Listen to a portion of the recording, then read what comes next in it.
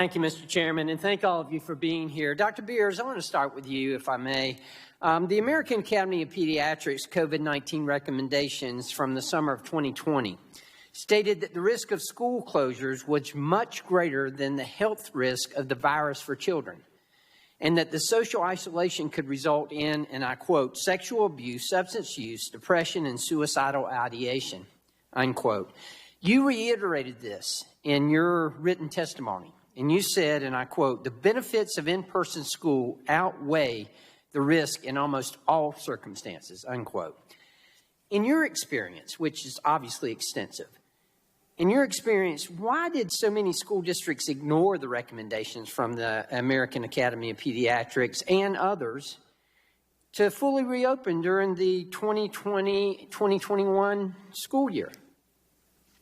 Well, thank you for that. I wish I knew the answer to that question in a lot of ways.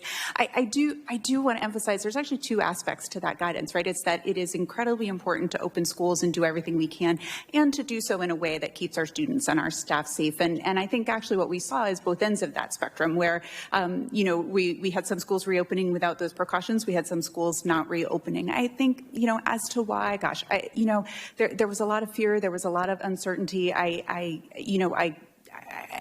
wish that we had been able to come together more and really rally around being able to open schools safely and do the right thing for our kids. I think we can learn from looking back, but looking forward, I think we need to look forward and make sure we're continuing to do the right thing for our kids.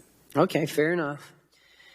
As you know, Dr. Beers, a Freedom of Information Act request obtained emails between the CDC and the Teachers Union and some officials that revealed that the CDC had worked with the American Federation of Teachers on their school reopening guidance that was released in February of 2020, at a time when every teacher in the country was eligible for the vaccination.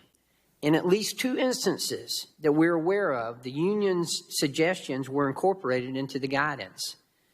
Did the CDC consult with the Academy of American Pediatrics before the guidance was released? Yeah, we have a very nice relationship with the CDC, actually, and talk very regularly. And I think we learn from their experts. They learn from ours. We do have good communication and collaboration. I don't know that I can speak to those emails, though. But that's fine. I'm sure you do have a good relationship, but that wasn't the question. The question was, did the CDC consult with the Academy of American Pediatrics before the guidance was released? Yeah, I think, we talk with them on a really regular basis and share information on a really regular basis. So I think, weekly we're talking to each other and sharing information. So I would, I think we take each other's expertise into account all the time. Okay. Is that a yes or a no? I think I can only assume that they took our expertise into account because we talk so regularly, but And on the other hand, I would assume that they didn't because they didn't follow it. Okay. Dr. Hogue and Dr. Beers, I'm not going to leave you alone yet. Do you think that there was any scientific reason that children shouldn't have been in the classroom last semester? I don't think that there was on a broad scale scientific reason that we should have been keeping children out of school longer based on the results of our study in MMWR and the results of the North Carolina Duke study.